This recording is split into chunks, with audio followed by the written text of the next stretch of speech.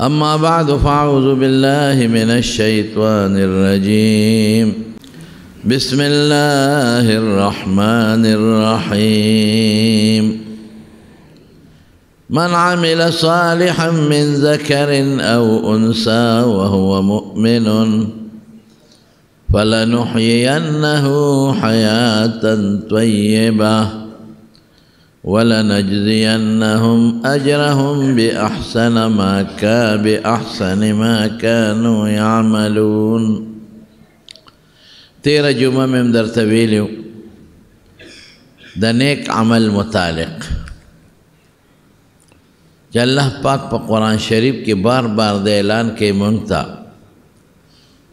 چی تاسو اغا عملو کے چکم دا اللہ او دا رسول دا منشا مطابق اللہ و رسول پہ خوشحالی گی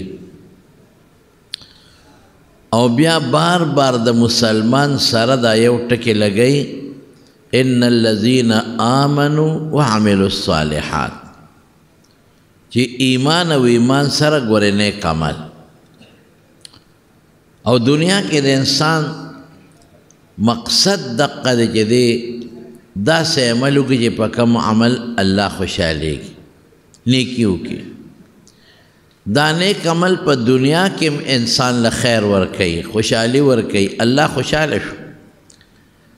او دا پا آخرت کے انسان لا کامیابی و کامرانی ورکی. ما تیرہ جمعہ تاسو تا پدے کی یو واقعیم ذکر کرے وا او حضور پاک متعلق راضی عائشہ صدیقہ رضی اللہ تعالیٰ عنہ فرمائی کان رسول اللہ صلی اللہ علیہ وسلم اذا حزبه امر فزع الى الصلاة چکل با حضور پاک غمجن شو فکرمن بشو فوراً بپاسد مستواد رہے اور دا یو بہترین عمل دے منز بیا پٹولو نیکو کے دیر بہترین عمل دے پٹولو بدنی عبادتونو کے دمون اہم عبادت بل نشتا فوراً بحضور پاک ادرد اللہ تھا بس او سمجھے کم انسان تا پریشانی راشی خفگان راشی بجیر دے چے دے فریادو نکے او چغے و دے فوراً اللہ تا ادرگ او دا دا مونگا ایمان دے چے غم و خوشحالی اللہ راولی پریشانی او دا پریشانی لرے کول دا اللہ پلاس کی دے نو چی تا اللہ تا ادرے دے و بیا دے و تا منز شورو کا نو اللہ دیر خوشحالش پا دے خوشحالو بدن خودے دا پریشانی لری منز کی گورا قیام دے ولانا منز کی رکو دا ٹیٹی دل نی دا اللہ پا حضور کے دے سر ٹیٹ کا اللہ سونا خوشحالے منز کی دے بیا دا اخپل تندے اللہ تا پا زمکا و لگاو یو ذلنا بار بار نو که دنیا کے یو سڑی دا سڑی سر ٹیٹ کی او انسان تا سجدہ ہو لگئی سجدہ خوڑیر بے جرم دے او انسان تا سر ٹیٹولم خبرانا دا نو انسان پہ سونا خوشحال شی خلق بد گڑی او اے پلان کی تے سرخ کتا کا اے پلان کی لپخ پوپ ریوان دا انسان انتہائی کمزور تیادا نو پا منس کی چیتا اللہ تا سرخ کتا کی ٹیٹ شے قرآن ورطولو لے سورت فاتحہولو لے وگونو لگوتے والا یو سے پنام اللہ سو تڑے و بیا و تا پزمک سر کے دے پا خودے چھے اللہ پر خوشحالے دا حضور پاک کا ملو او در جم پہ خودے چیتا ہے حضرت بلال رضی اللہ عنہ تے اوزل حضور پاک کو فرمائل وی بلال وی اغا عمل لا تو خواہ چکم تا تا دیر خوخی ولی وی زکا چی دا کلم جنت تا تلیم نستا دا پیزار کشار ما دا خپل زان نا مخ کے پا جنت کے اوریدلے دیر الوی خبر سمیتو خش خشتن علیک ما ستا دا پیزار دا سپلو دا پانو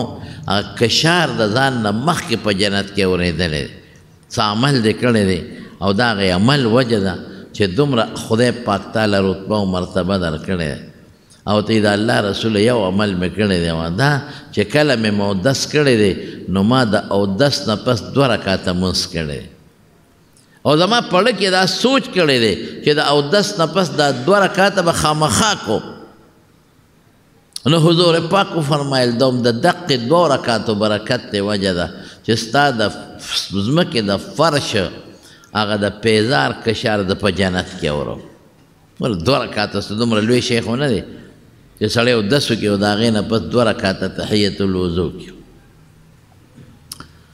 د مولانا زکریا صاحب رحمت الله علیه د فضائل اعمال کې د مانځه متعلق یو واقع نقل کړی او ډېره ښه واقع ده یو تاجر سوداګر په سفر ته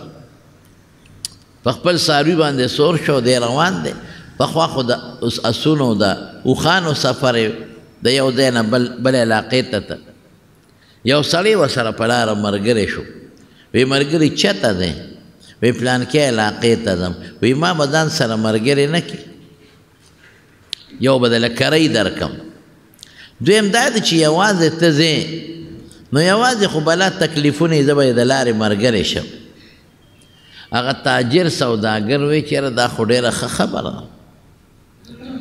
یوازې سم ځم دی به ملګری کم زه د لارې به مې مشغوله شي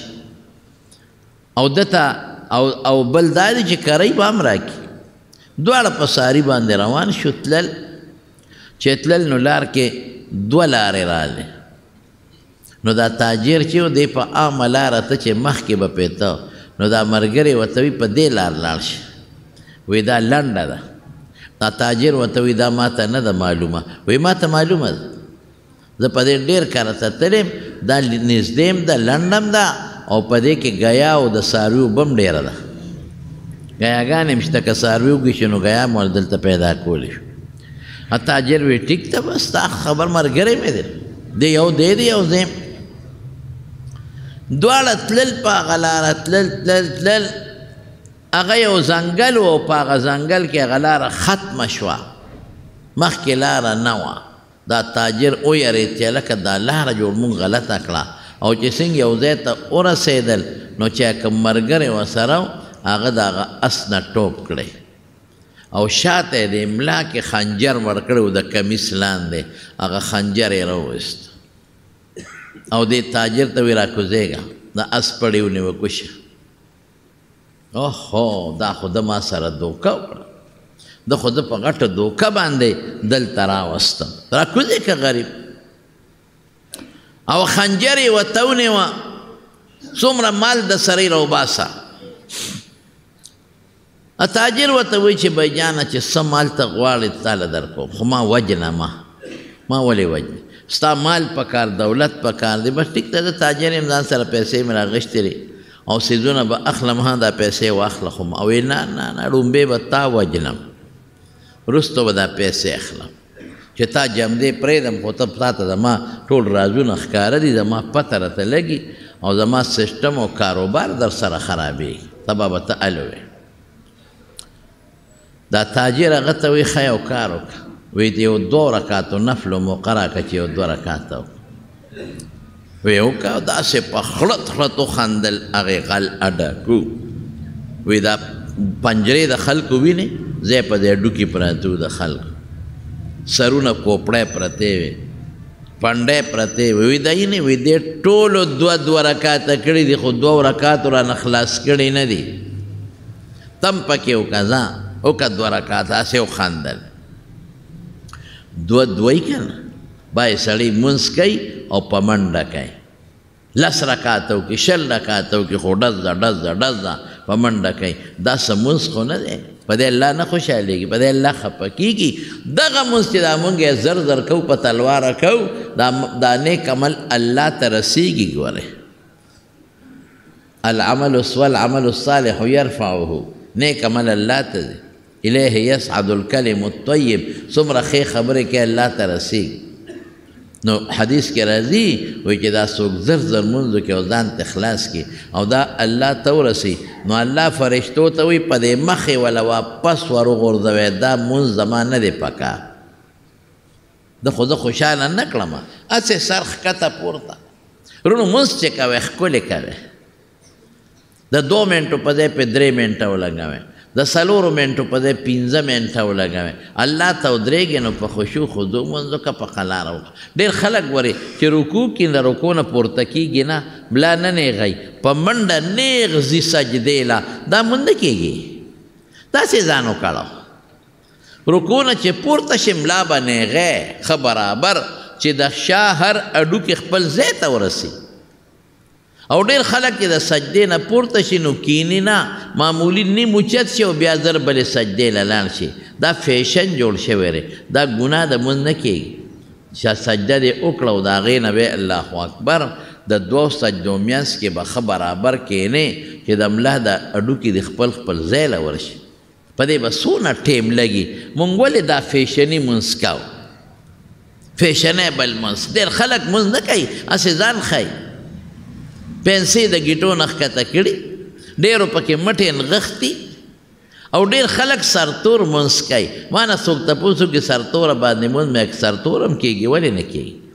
که په سر ټوپۍ پټ کښېنې مونځ کېږي خو مې زمونږ دا خلک چې په سرتوره کوي نو دا نه ده چې د سره ټوپۍ نشته د ده دا سټایل د بدماشۍ دی د تکبر او د کبرجن شکل یې جوړ کړی دې ځان خلکو ته ښیي دا خپل سټوکې او دا سر خلکو ته ښیي اوس که یو سړی د ټوپۍ نشته یو سړی د پټکې نشته رومال نشته پروا نشته و د کې مونځ یې کېږي دا نه چې نه کېږي خو زمونږ خلک په دغه سوچ نه دی د هغه سټایل چې هغه د بدماشۍ غوندې وي او داسې د تکبر غوندې وي او مارکیټ کې سنګر د سر یې سټوکې کړي او په هغه انداز راشي او خلکو ته ځان ښیي چې زه خو په دې شکل کې مونځ کوم دا بیا ګناه ده دا بیا ناروا دی خلکو ته خپل سټوکې ښیي او هغه لوی شان خلکو ته ښیي او مټې دې رانغښتلي خلکو ته هلکه ته خدای سره تکبر کوې لویي کوې د خدای ظالمه الله ته عجزي وکړه ښکلي مونځ وکړئ نو قبلېږي او چې دا د منډو مونځ نه قومۍ د رکو نه پاسېدل او نه پکې جلسۍ د دواړو سجدو په منځ کې کېناستېدل او مونځ هم په منډه منډه زر در کې دا ته خدای پورې خندا کې په حقیقت کې پیسې چې شمارې څونه ټیم پې لګېده وایه څوک یې د 1 لک روپۍ درکړي چې ها دا ستا قرض واخله رښتیا ووایه په یو ځل شمېرلو د یقین هم نه راځي کله ورته ګوته په شریشو لم دی او کله ورته ګوته په خوله لم دی او کله سپیمه کې منډې او کله په یو طرف راړی ورېږه یو طرف نه شمېرو نو بیا ورېږه اوس یې د بل طرف نه شمېرو هسې نه چې ته نوټ پکې کم نه نو دومره ټیم چې موږ پیسې شمېرو موږ خدای له نه ورکوو منډه منډه منډه منډه دا مونځ خو ته الله راضي کوې په دې الله راضي کوي ښکلی ما نو هغه سړی ورته وایي دا اډوکې چې ته یې نه وایي دیم 2 کړي دي مونځونه رانه اخلاص کړي نه دي تم پکې وکړه داسې ویې خندل دې پاسې چې د دوی مونځ به جدا او زما جدا دی الله ته ودرېد ښه په خشوع خضوع او مونځ یې شروع کړه چې صورت فاتحه وې اوس غریب یریږم چې په مانځه کې دا خبیث را باندې غزارونه کې یو آیت یې خدای خوله له راوسته انابت الله ورته وایي زموږ طالبان چې کله د خدای ته رجوع کړه الله مدد کوي یا الله ته ودرېد قسم په خدای چې الله دې مدد کوي الله دې ځان ته راکاږي بیا خو چې په صحیح طریقه ته الله ته ودرېد یو آیت یې خولې له راغی امن یجیب المضطر اذا دعاه اوهو یو سړی محتاج دی او خدای ته چغه وواله څوک شته چې د ده مدد وکړي ما سوا د الله نه بل څوک نشته چې د ده مدد وکړي داسې ټکې خولې له راغی امن یجیب المضطر یو سړی محتاج مضطر دی والله ته چغه وواله شته داسې څوک چې د ده دا غم ختم کړي دا فکر ختم کړي دا ټینشن ختم کړي او ورته ووایي چې درلم در رسېږم شته څوک نشته بې د الله نه پیسې خو چې د پلار نه م غواړې نو شل خبرې به راته وکړي نه یې درکوي زوی نه م غواړې د نه یې پټوي رور نه م غواړې نه یې درکوي ښځې نه م غواړې وي نشته ښځه خاوند نه م غواړې وي نشته زه الله نه غواړه الله خوشحالېږي مونږ خفه کېږو الله خوشحالېږي دا آیت یې د خولې نه ووته او چې دی ووته نو ناګانه یو شاه سوار غریبي را پیدا شو او د اس د خپو ټسار یې دی په مانځه کې اوري او چې څنګه راغی د هغه لغه ته ور مخامخ شو دی یې پرېښود دا منځګزار دا تاجر هغه ته مخامخ شو بس هغه سره ښه مضبوطه نیزه وه او په نیزه یې دا غل ښه مضبوط و داسې و چې لا اور پې بل شو په دې غل غرغنډي تی اوچتې شو په هغه ځای اوس وځېد د سوداګر خپل منځ خلاص که او هغه اس والا ته ویې وروړئ خدای را سره خو که ته څوک یې زه خو د مرګه بچ کړم د خو ظالم زه وجلم پیسې م اخېستې و مال او دولت او اس او دی وجلم هم تا سره خدای خو که یې څوک چې زما مدد دی وکړي چا خبر کړی چا راوستی یې څوک او ورته وایي زه دغې آیت غلام یم چې دا تا کوم ولسته امن یجیب المضطر اذا دعاه د دې آیت نوکر یم د دې غلام یم بس تا چې دا آیت څنګه ووې نو اسمانونه وجړقېدل ولې الله په قرآن شریف کې په خپله فرمایي شته څوک مضطر محتاجه چې مانه وغواړي او بیا داسې څوک شته چې د دعا قبوله کړي نو الله په خپله وایي اسمانونه وجړقېدل 3 ځله وجړقېدل اووم اسمان کې هم الله راولېږلم ورشه مدد یې وکړه فرشتې خو د سترګې په رب کې را رسېږي مدد مې دی وکړه قسم دې زما ورونو ما تاسو ته یو ځل نه بار بار وایي چې الله په خپلو بندګانو ډېر مهربانه دی ډېر ورونو چې یو ماشوم ځان له د خټې کوټګۍ جوړه کړي د خټې یو کوټګۍ د ماشومان جوړوي که نه جوړوي زه ته یې وله روانه کړه چې روانه کې هغه ماشوم څومره چغې وي په ځمکه لوغړېږي د خټې یې دله بله جوړومه نه زما ګوډګۍ دی ما ګوډۍ ځان له جوړه کړې وه دې راله ماته کړه کوټګۍ دې راله ماته کړه په دې ځمکه هغه ماشوم لوغړېږي په هغې خپئ او نو الله چې دومره ښکلی انسان جوړ کړی دومره خشته انسان او د دې انسان دپاره دا ځمکې او دا کائنات او دا اونې بوټې او دا ځنګلې او دا هر څه د انسان نه پیدا کړي دا انور او سپومې هر څه تایلی نو آیا دا انسان به د خدای نه خوښ د هغه ماشوم هغه ګوډاګۍ خوښي او د انسان به د الله نه خوښ څومره ښکلی شکل څومره ښکلی پیدا کړی د انسان د الله ډېر خوښ دی او بیا چې مسلمان یې الله مني بیا چې مسلمانی د الله رسولان د الله کتابونه مني بیا چې مسلمانی الله الله او لا اله الا الله کوي قسم دې دا د خدای ډېر خوښ دی موږ د خدای ډېر خوښ یو قسم مې درته وخوړ موږ یې خوښ یو خو موږ د خدای نه ځان لرې ساتو موږ هغسې مینه خدای سره ونه کړه څومره چې د الله موږ سره ده موږ یې ډېر خوښ یو مونځ ته چې ودرېږې او سر ښکته کې په دې به الله نه خوشحالېږي زه تا ته سر ښکته کوم ته خوشحالېږې ګناه ګټم نو چې الله ته سر ښکته کې الله به نه خوشحالېږي الله ته چغه ووایي الله به نه خوشحالېږي دا د طبراني حدیث دی چې یو ځل څوک چغه کړي یا الله یو ځل الله 3 ځله اواز درکوي ولې بنده ولې بنده ولې بنده 3 ځله دله خدای جواب درکوي بس عمل ښه کوه کله چې ګناه وکړې توبه وباسه توبه هم نیک عمل دی کله چې ګناه وکړې استغفار وایه نیک عمل دی کله چې ګناه وکړې پاسه 2 رکعته لمونځ وکړه نیک عمل دی الله خوشحالېږي کله چې تکلیف پریشاني راشي ښکلی اودس وکړه مزېدار منډې مه وه مونږ لکه منځونه کوو نو سم نه کوې که نه ښکلی اودس وکړه احسن الوضو راغلی دی حدیث کې چې پاسې ښکلی خشته اودس وکړې مزېدار هر اندام 3 ځلې انځل مسواک ورسره ومږي او بیا الله ته ودرېږي او خشته منځ وکړې ښکلی منډې نه وای او بیا د هغې نه پس الله ته لاس اوچت کړي په خدای قبلوي قسم مې راته وخوړ دې د شروطو خیال وساته په ساتې د له خدای پاک قبلوي مونږ کوو داسې نه ها بل مثال به درکم حضرت ابراهیم علیه السلام او بی بی ساره چې د عراق د بابل خل نه نمرود وویستل د 3 کسو قافله ده ابراهیم علیه السلام دی یو بی بی د بی بی ساره او یو ورواره د لوط علیه السلام دغه وخت کې لا پیغمبر شوی نه دی ووتل د فرات دریاب نه لاړل کم خوا روان دي د خدای په حکم بیت المقدس بیت المقدس چې ورته وایي هلته روان دي لاره کې یو ښار دی مصر کې هغې کې یو بادشاه اړې ظالم بادشاه هغه د خپل پولیس والاو دا کم کارنده په دې لارو کوڅو کې خواره کړي او د هغه ظالم خواهشات نفسي غالب و بس هغه چې چا سره به خشته جنۍ وه ابه یې ترې راوسته ابه یې بس قبضه کوله ظالم او بیا څه هډر به وایي که خاون ورسره او ښځه نو دا خاون وله وجنی او که چا سره خوري نو دا رور وله وجنی مه داسې شړی لکه چې خور سره رور سره خوري او زه تې راولم نو رور به وایي چې ځه یاره خو بس چاته به مې ودوله د بادشاه خوښه شو د بادشاه اوښې شو څه چلو شو او چې ښځه د خاوند دی نو خاوند په ښځه خفه کېږي اوله مخکې وجنې بس ابراهیم علیه السلام ته پته ولګېده چې معامله خو داسې ده ښځې ته ویې ښځې سارې وی یو خبر راته کوم وی په مخ د ځمکه زما ستانه بغیر بل مسلمان نشته ته زما اسلامي خورې او د دې دیني رورې ښځه مې خور مې لکه د یو آدم علیه السلام اولاد یو نو ګورې که چا د نه پولیس والا په لاره تپوس وکړو چې دا سړی دی څه دی وایي دا مې رور دی خاوند مه وایه هغه پولیس والا ولاړو جم ګټه وه وایي دا دی څه دی وایي دا مې رور دی وایي راځه ښځه یې په مخه کړه ظالم بادشاه له زناکار بد عمله له حضور پاک فرمایي دی د ځانه نه ویم چې څنګه بادشاه ولیده خو ډېره خوبصورته وه خشته وه ښکلې وه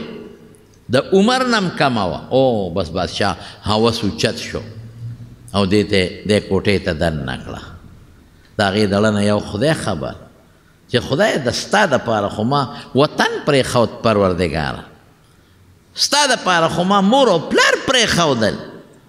څنګه ابراهیم علیه السلام هر څه پرېښودل بیبي سارې هم غټه قرباني ورکړه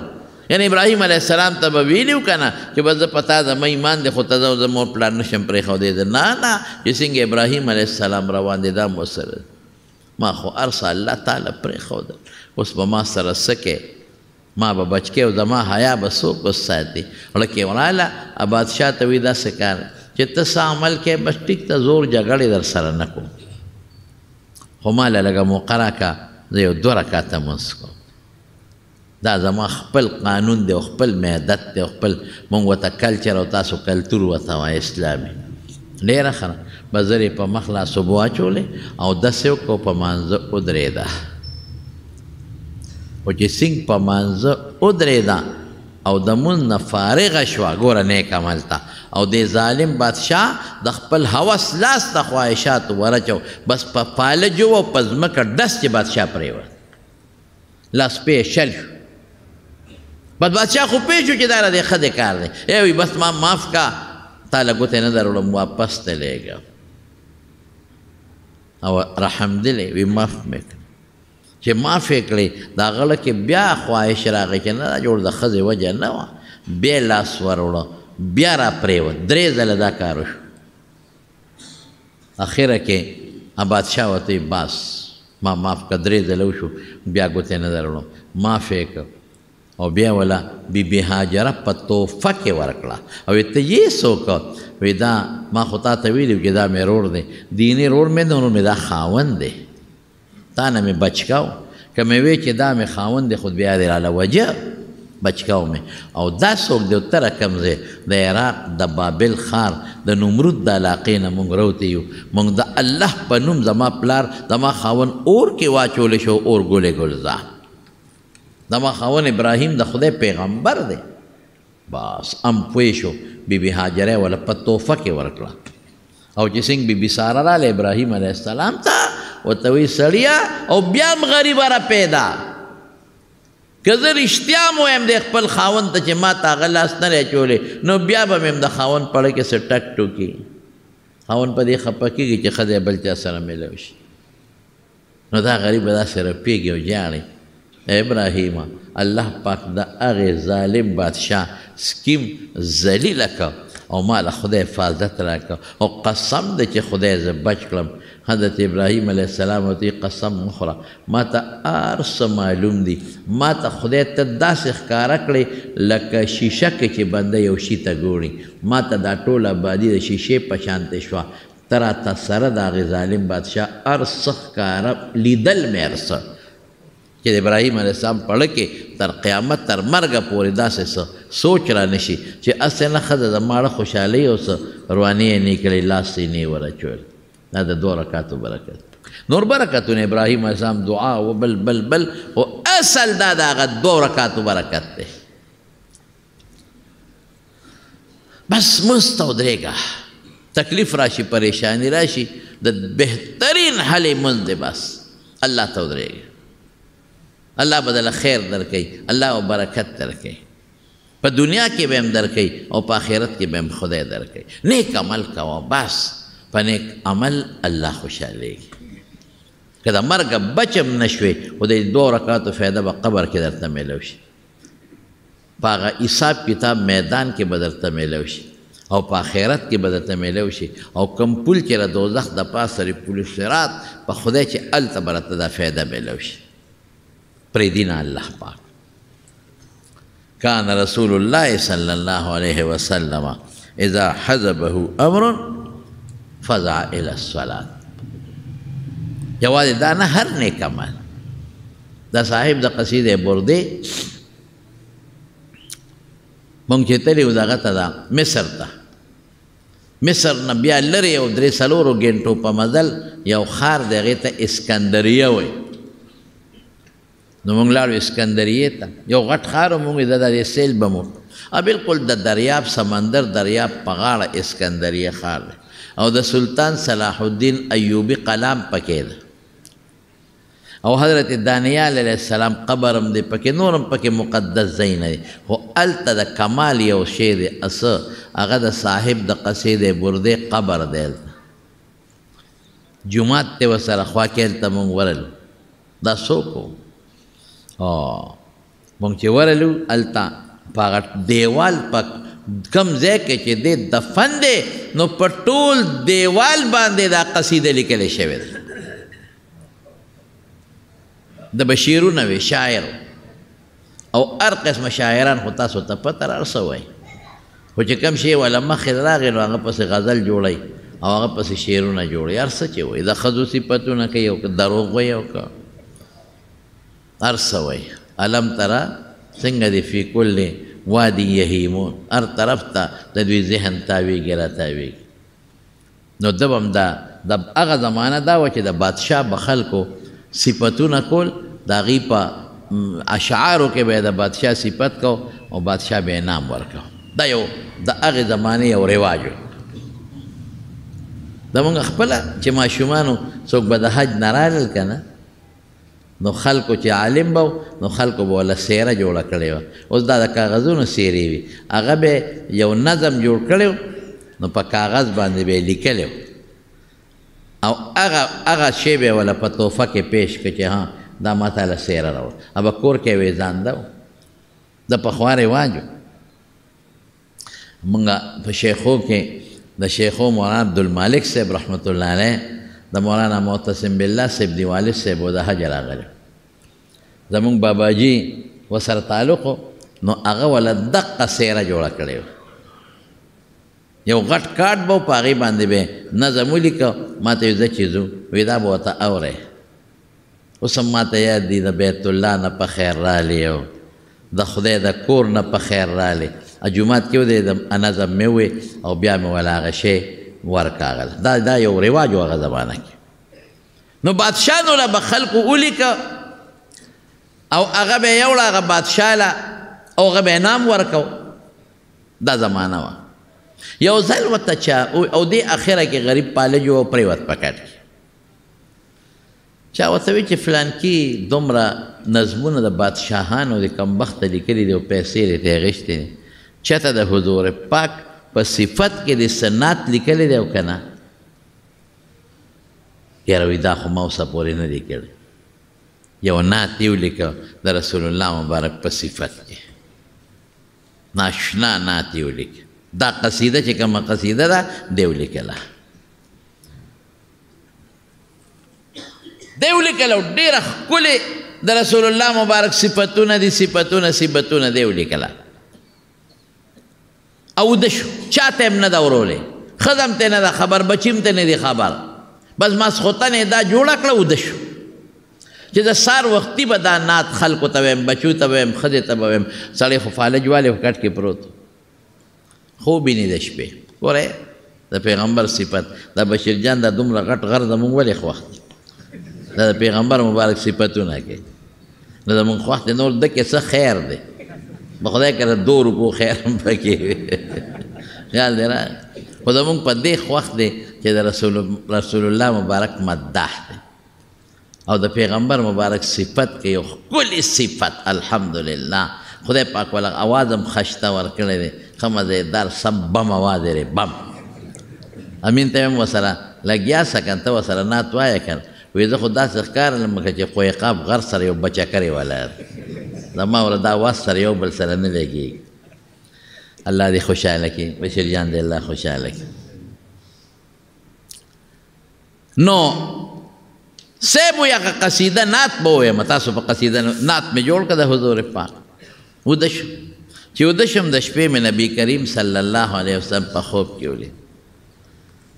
ما د الله رسول ما خو یو نعت جوړ کړی ستا دپاره وی شابه ووایه ما ورته په ښکلي اواز شروع او حضور پاک راته را سر مبارک داسې اړقی خشته مې وویل او یقینا حضرت حسان ابن ثابت به حضور پاک ته هغه به شعرونه وي نو حضور پاک ته به دعا کوله اللهم ایده بروح القدس خدای ته جبریل په ذریعه د سره مدد وکړي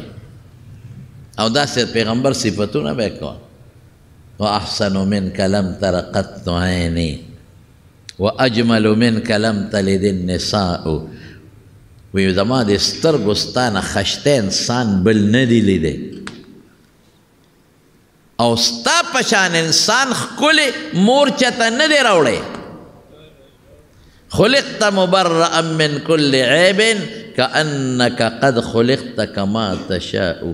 د هر عیب نه پاک پیدا اس ظاهري باطن عیب دکین او داسې پیدا شوی لکه چې ستا ځان سنګ خوښو اقسې الله پیدا کړی ځان خو د خلکو په خشته ښکلې خوښي دی د پیغمبر مبارک مخکې ویلي نو دا سړی وی په خوب کې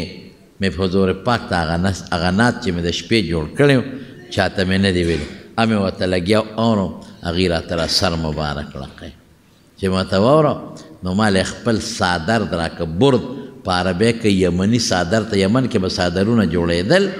هغې ته به برد وی کې به نری کرښې وي چا کې به شنې کرښې وي نری چا کې به سرې نری کرښې وي او چا کې به تورې مختلف قسمونو خشته یا د صادرې وی حضور پاک هغه صادر ځان نه تو کړی او یا صادر یې را کوز که او مات باندې واچو چې دا مې تاله تحفه کې درکه ای را باندې واچو دا صاحب چې سار را پاسېد او راویښ شو صادر د حضور پاک په اقسې پروت دی چې د شپې پې اچولی او په خپو خدای جوړ کړی دی بیماریم ختم ډېر زیات خوشحاله و چې خدای پاکه د پیغمبر یو صفت مې جوړ کړ او چې څنګه روت د کور عثمانزله سار ځي نو یو سړی وله په منډه مخې له راغی وی شابه دا قصیده صادر نه ونیو وی بیګا چې د حضور پاک وی بیګا چې د کومه قصیده جوړه کړې ده ما ته واوروه حیران شو ورته ویې ده ته څه وایې ما څه قصیده جوړه کړې ده دې نه خو زما ښځه زما بچي هېڅوک هم نه دي خبر ولې وایي چې بیګا د رسول الله مبارک ته اوروله او هغې راته را سر مبارک لقو نو ما لیدلی نه علاقې عالم ګوره څومره یو نعت د حضور پاک یو صفت د رسول الله مبارک څومره برکت په خدای پاک ورکړي د رسول الله مبارک صفت که څوک په نظم کې بیانوي او که څوک په نثر کې او داسې کوي په دې کې ثواب دی ګورئ الله په خپله د پیغمبر صفت په قرآن شریف کې یو ځای نه او بار بار کړی او موږ له هم ترغیب را کړی نو هر نیک عمل د پیغمبر مبارک درود شریف ته ولې نه د حضور پاک صفت او بیا چې د الله صفت کې الله به پې څومره خوشحالي زموږ د فنونو یو کتاب دی د دې فنونو د اوایل پکې لیکلي دي د دې مصنفینو د حالات لکه څه نوم یې دی نېس احمد دغه تذکرة المؤلفین دی غالبا هغه دغه دی تذکرة المصنفین دی که مؤلفین دی ما ډېر پخوا کتلی نو هغه ما نه هغه مصنف هم هېر شو چې چا لیکلی دی خو ما سره پروت دی هغه کتاب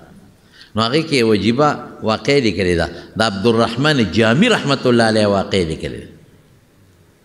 د عبدالرحمن جامی زمونږ د طالبان دا علما چې کله د فنونو کتابونه ښیي که نه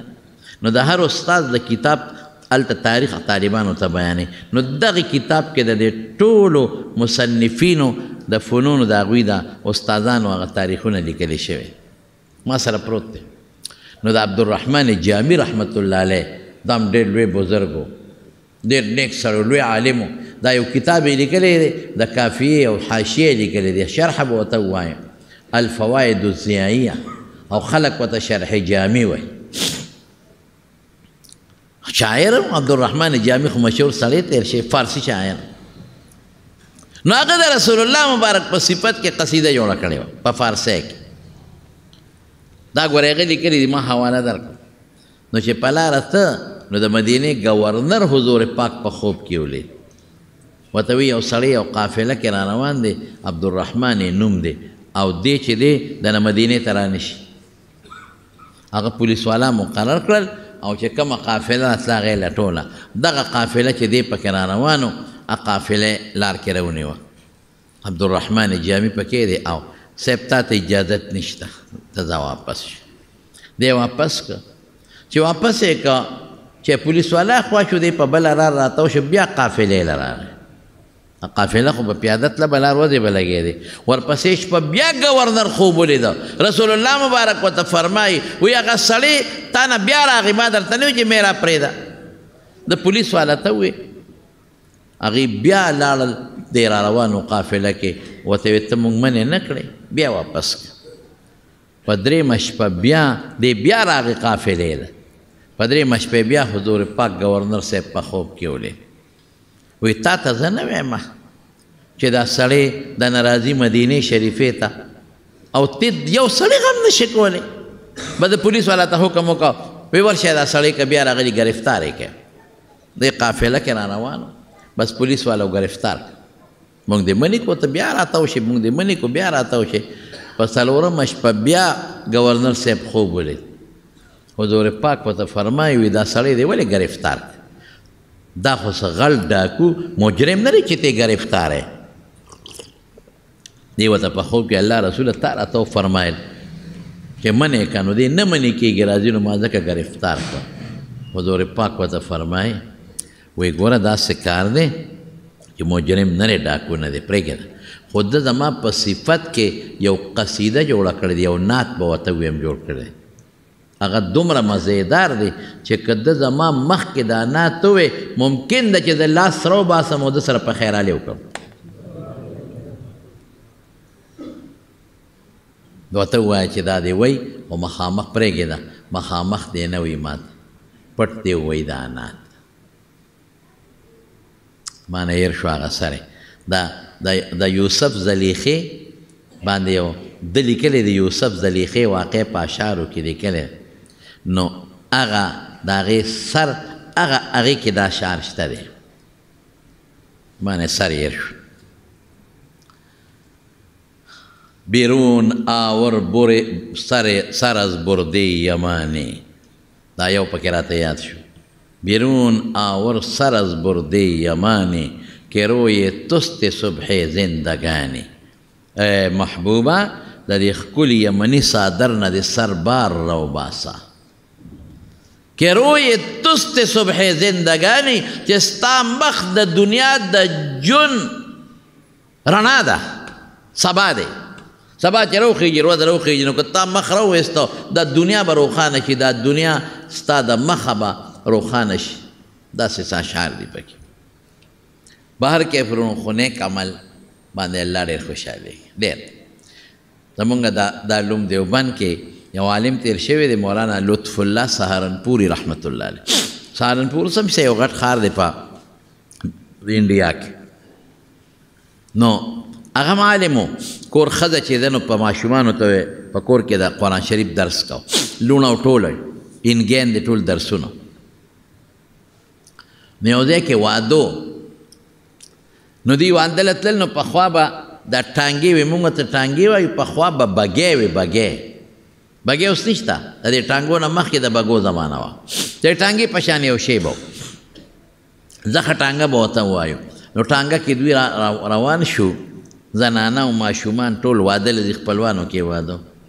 نو ستاسو به یار زه به تاسو ته څه ووایم هغه شی بدل شوی دی پخوا چې پټانګه کې به دا ښه خلک یا ناوې به تله که نه نو شاته به ورته څادر تړلی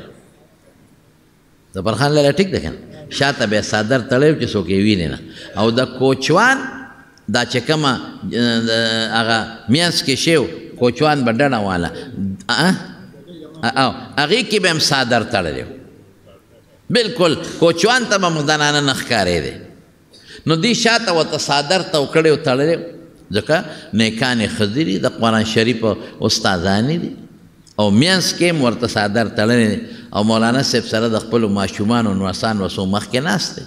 چې تلل وایي دا لاره داسې په شړه روانه وه بس هلته ډاکوان راووتل او دا ټانګې ودروله او چې څنګه یې ټانګه ودروله نو دوی ته وایي راکوزېږي دا مولانا لطف الله صاحب سهارنپوري ورته وایي تاسو څه کوئ بس وایي ته په قلار کښېنه ملا صاحب کینو وجنو دی دا زنانه او دا جنکۍ چې څومره دي دا ټولې بس مونږ پیشه دوی پیشه خدای پاکه بس الله ته په جړا شو او هغه ډاکوانو سردار ته وایي چې هیرورې دا څوک دي چې دا خو مهرباني وکړه ایامې ماله دا د قرآن شریف استادانې دي دا ټول کلي د دې شاګردانې دي سهار او ماښام د الله قرآن ښیي د قرآن ښیي خلکو ته په ژبه یې قرآن راځي چې ته لوپټی بار چا نه دی لیدلی د خدای خاطر وکړه مال هم پکار یي زه به ترې راغونډ کړمه چې څومره مال هم پکار یي خو نور زما رسوا کویمه زما د زنانو حیا مال بس هغه هم پرې رحم راغی چې بوډا سړی ورپېږي وایي ښه ګورې څه شی به پرېږدې نه وی هېڅ هم نه پرېږدو زه راته رښتیا وایم دروغ نه وایم ملا سړی هم دروغ نه وایم چې سیده راته غونډې راغونډو بس زنانو ته یې مهرباني وکړې او چې څومره کالي دي غونډ راکې اوس خلک چې واده لري نو کالیګان مالیګان اچوي که نه بنګړي میلونه والی مالی چې څو غونډې ترې راغونډ کړل ای بچې ګورې ما دروغجن نه کې ما ورته ویلي چې غونډ سامان ترې رالم نغدې پیسې هر څه یې راغونډ کړل د غلو هغه ډاکوانو مشر یې ورکړل دا وایي وی بابا سره پرېښې خو نه دي نه نه نه نه دروغ نه وایم چې څو غونډ مې راغونډ کړل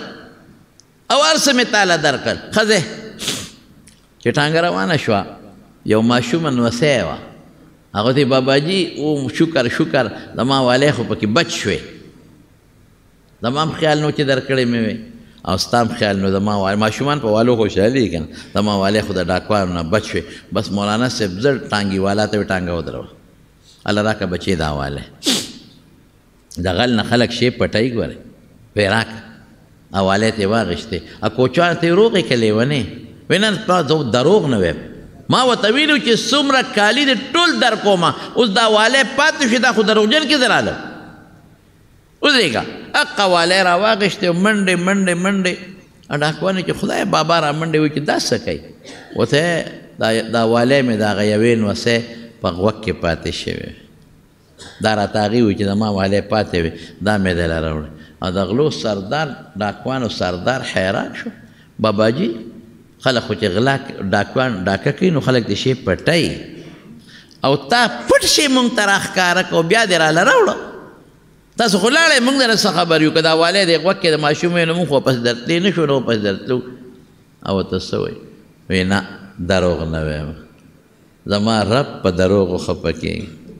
رښتیا به یم تا ما ته ویلي چې باباجي څه کالې به پرېږدې نه غونډ به راغونډی ما وی او نو دا که دا والی پاتې وي دروغجن راتلم نو زه که کالي دې لاړ شي دا والی دې م لاړ شي خو چې الله ته د قیامت پر ورځ دروغجنو صف کې ونه درېږم د رښتیا هغه د غلو ډاکوانو مشره نورو ته وایي وی دې د خدای نه دومره یېرېږي دا هم د خدای بنده دی مونږ یې بندګان یو مونږ هم مسلمانان یو کافر هندوان سیکان نه یو او دا هم مسلمان دی دې دومره بوډا د خدای نه یېرېږي مونږ ته نه یېرېږو تاسو یقین وکړئ هغه غونډ کالي او سره د هغه هر څه یې واغېښتل بابا له یې ورکوي باباجي د خدای خاطر دا یو څه واپس بس او هغې ډاکوانو ټولو توبه وویسته چې رنه نه پس به مونږ چېرته غلا او ډاکه به نه کړو دا د رښتیاو برکت زما وروڼو بس نیک عمل وکړئ دنیا نن په پریشانو کې پرته ده دومره خلک پریشانه دي ما ته ځکه پته لګي چې موږ سره خلک رابطې کوي تپوسونه کوي مسلو تپوس کوي ښځه خاوند که دی ولټول پریشان پلار او دوی دی ولټول پریشان ګاونډ دی ولټو په ګاونډي د لاسه پریشانه پیسو والا پریشان، غریب پریشان، مالدار پریشان، مسکین پریشان، مولا پریشان، مقتدی پریشان، ښځه پریشان، سړی په پریشانۍ کې دی. او دا به راته وایي یاره چې د مال خبرې مه کوه، بس هر څه برابر دی، خو ټینشن دی په ګولو ده کېږي. دا ولې الله مو پرېښی دی که نه؟ بدعملۍ کې مونږ پراته یو، په ټولو سترګې مونږ په بدعملو کې چلیږي، غوږ هم په بدعملو کې چلیږي، ژبه هم ټوله د خدای خلاف په دشمنو کې چلیږي. نو خوشحالي او غم خو د الله په لاس کې. نو ځکه الله په قرآن شریف کې فرمایي من عمل صالحا من ذکر او انثی، چې یو انسان نارینه دی که زنانه دی خو نیک عمل وکړي، وهو مؤمن، په دې شرط کې دی مسلمان وي، د اسلام نه بغیر نیکی اس فایده نه ورکوي. فلنحینه حیاتا طیبة، په دنیا کې به ښکلی ژوند ورکو مزیدار. ولنجزینهم اجرهم باحسن ما كانوا يعملون، دنیا کې چې د څومره ښکلی عمل وکړه اجر به زه د دې نه ښکلی ورکوم، الله فرمایي. او نیک عمل کوئ، په نیک عمل تاسو نه ستړي کېږئ، معمولي غوندې عمل دی الله پې خوشحالېږي. هر هغه کار چې الله او رسول پې خوشحالېږي دا نیک عمل دی، او هر هغه کار چې الله او رسول پې خفه کېږي بد عمل دی. نو ټول تاسو په دې پوهئ چې الله او رسول زما په دې کار خوشحالېږي او که خفه کېږي. الله دې موږ ټولو له د نیکو عملو توفیق راکړي. الله موږ د ګناهونو نه په امن کې وساتي. یا الله چې چاته څه پریشاني ده، پریشاني وله په خوشحالو بدله کړي. ډېر دوستان دي چې هغوی دعاګانې غواړي، چا ټیلیفونونه کړي دي، چا کې بیماران دي، بعضې دوستان دي زموږ هغه پېښور یو ځای بل ځای نه راغلي. دعا کوي ټولو ته الله تعالی ټول دوستان چې څومره دي، چاته څومره پریشانۍ دي، ټینشنونه دي، پروردګار هغه وله په خوشحالو باندې بدل کړي. الله که د چا اولاد نی اولاد وله ورکړي، پروردګاره که د چا نارینه اولاد نی نارینه اولاد وله ورکړي. الله چې چاته سکون نشته سکون وله ورکړي، د چا رزق کمزور دی فراخه روزي وله ورکړي. او الہ العالمین څوک بیماران دي په کورونو کې، هسپتالونو کې، په دې مجلس کې، الله ټول له روغ صحتونه او شفا ورکړي. یا الله که د چا یو بل سره روانې دشمنۍ طرفګنۍ بغضونه دي په روغ یې بدلې کړي. الله مردگان د مسلمانانو ټولو بخښي.